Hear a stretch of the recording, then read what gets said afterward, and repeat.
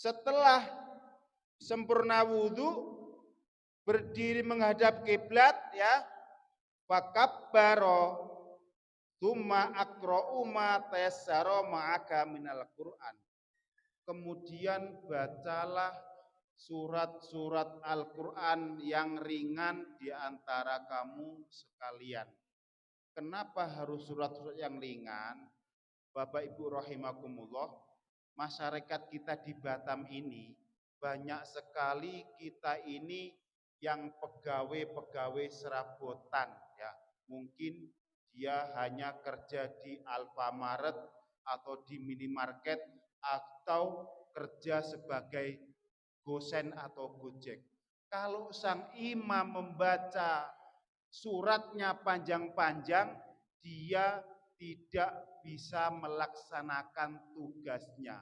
Sementara hanya sholat berjamaahlah yang menjamin sholat orang tersebut diterima oleh Allah Subhanahu wa ta'ala.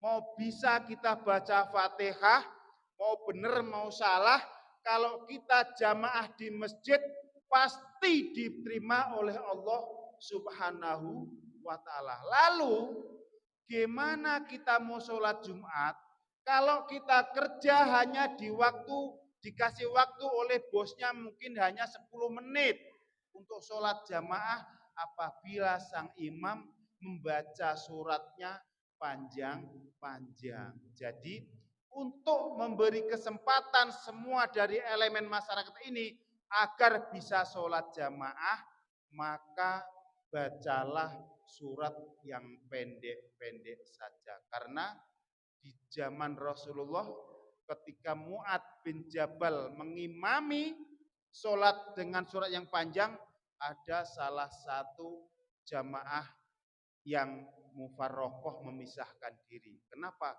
Karena dia keburu mau kerja. Ketika ada jamaah yang mufarroqoh, itu dibilang sama Mu'adz bin Jabal, kamu seorang munafik.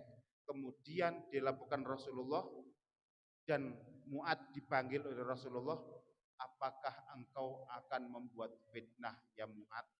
Agar semua pekerja ini bisa sholat jamaah, hendaknya baca surat yang ringan-ringan saja, ya.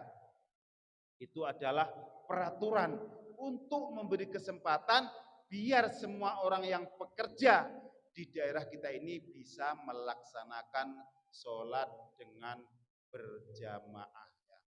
Mungkin tidak banyak orang yang tahu bagaimana besarnya sholat jamaah. Makanya saya tengok di sini hanya 2 baris saja jamaahnya. Mungkin kalau di sensus di perumahan Airani mungkin berapa ratus kakak yang muslim. Tapi kenapa kok hanya 2 baris saja jamaahnya? Dia tidak ngerti, ya.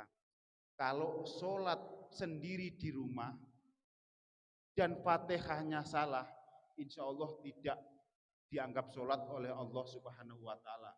Hanya sholat menggugurkan kewajiban saja, ya.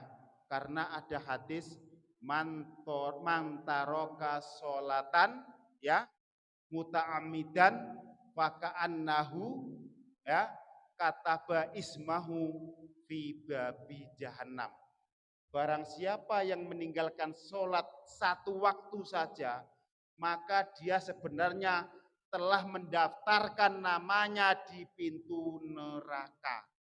Jadi karena takut namanya terdaftar di pintu neraka, dia sholat hanya menggugurkan waktu.